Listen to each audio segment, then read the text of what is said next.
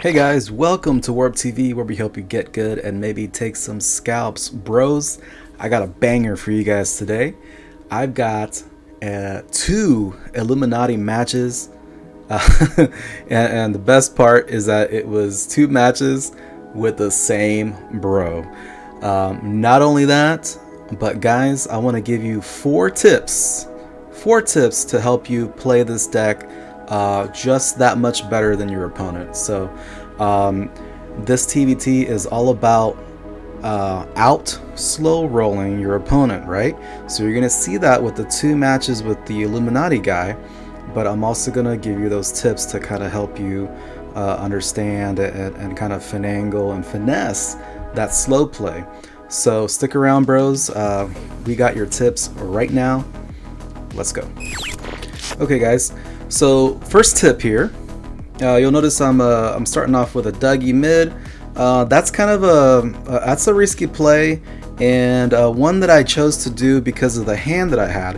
I didn't have a tower. I didn't have anything really that I could slow myself down with, bros. So what you need to do is remember, do everything possible to slow down and be slower than your opponent. That means staying on your side of the field as long as possible. You want to slow, you need to put your tanks down, you need to build up your BHK damage, and you need to have your Belf and your Shield Maiden and your Psalm all out.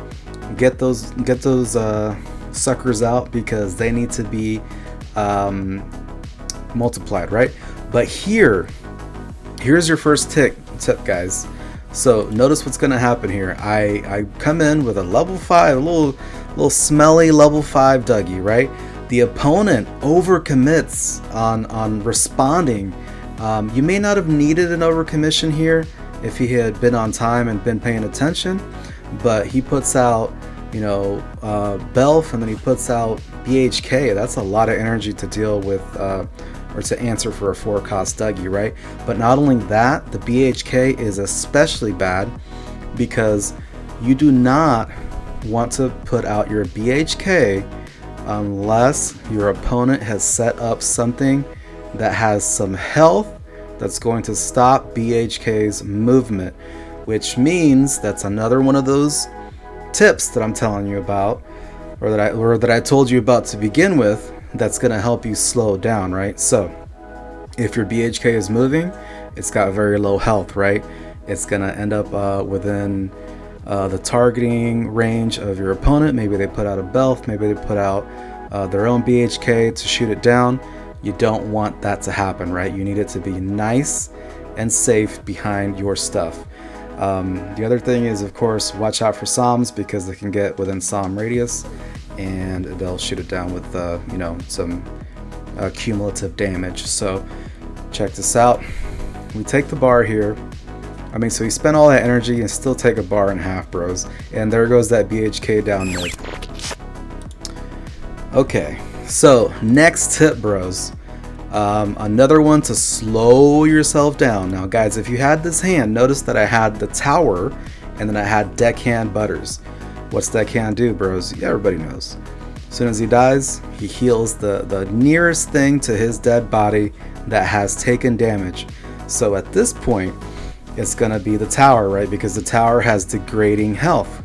So what do? We wait for our energy here. We're at 7 energy. We wanna play that deckhand butters somewhere, you know, wherever. As soon as we have 10 energy, and they're gonna be forced to play something too, right? Well, as soon as they kill that deckhand, that gives you more time on your side of the field. So it heals that tower. And bros, a bonus tip in here, I guess you're really getting 5. Osimo is going to have a slower walk speed than Scuzzlebutt. Remember that. That's key, bros. That's key.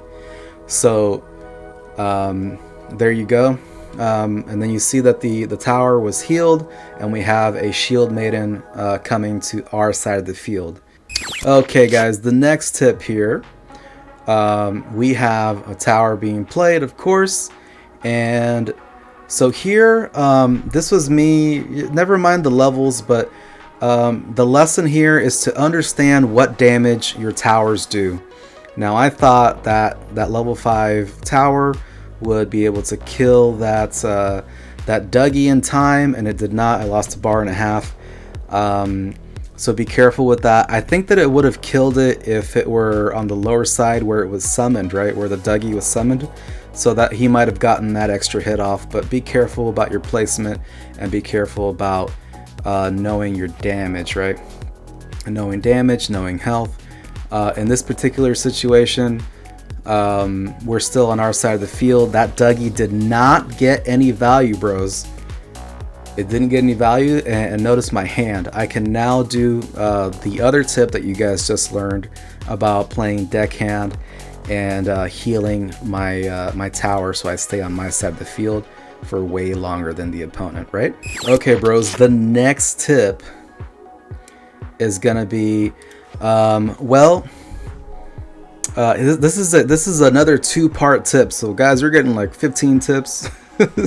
Just the tips, bros. That's all you're getting here. So you can be pretty darn disrespectful this week if you have, let's say, a level 6, maybe even level 5 Douglas, and then you rob and tweak it. Now, let me warn you guys, do not do this if you are within 20 seconds of the start time of your match. For those of you guys that have been here a while, you know that there was a bot that came by and gave free wins. So the developers put this kind of, I don't know, I guess you could call it a fail-safe or something to basically just say, hey, your match didn't count. Well, if you win too fast, bros, not only will your match not count, but you will get a big fat L. So wait 20 seconds. So like here, I noticed that I was at 241. I said, cool, we're gonna be able to do that. Let's be disrespectful. Let's throw that Dougie and let's immediately get the rob and tweak out. You're not gonna be able to stop it. You get 3 hits from this Dougie, and it's gonna take 3 bars, bros.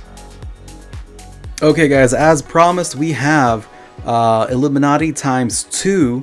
I hope you guys enjoy the matches, and we will see you next time, bros, here on Warp TV. Let me know what you thought about the tips. Please remember to hit like, subscribe, follow me on Twitch if you guys want other kinds of games streamed live. We love that shit. Come on by, bros.